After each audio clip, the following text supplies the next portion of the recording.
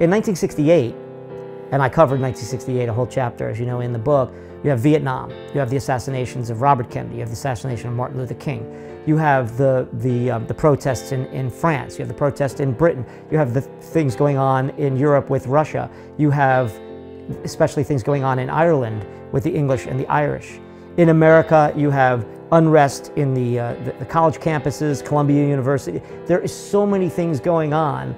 Hey Jude becomes the #1 song of the year. It's #1 for 9 weeks in America, which is longer than any other Beatles song. I was surprised to learn.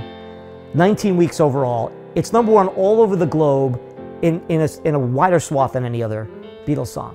So in that case, it was important that the Beatles did it. They needed to be ingrained in the pop culture, and I think Hey Jude benefits from that. But it also is Paul, again, going back and seeing what the Beatles have done.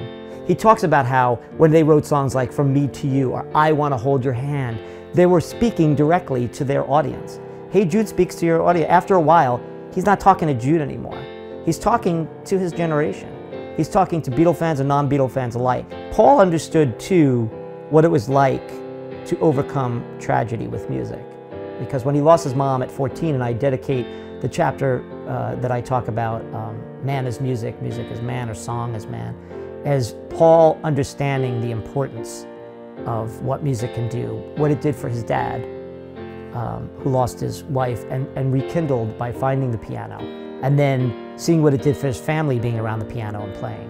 And then, of course, what it did for John and he and John, because John lost his mom too, and that was their connection. So the empathy that Paul brings to this song is universal and personal, and it's so beautifully done. And I think that's why it works, because the Beatles had already tapped into that, and Paul knew it as an artist.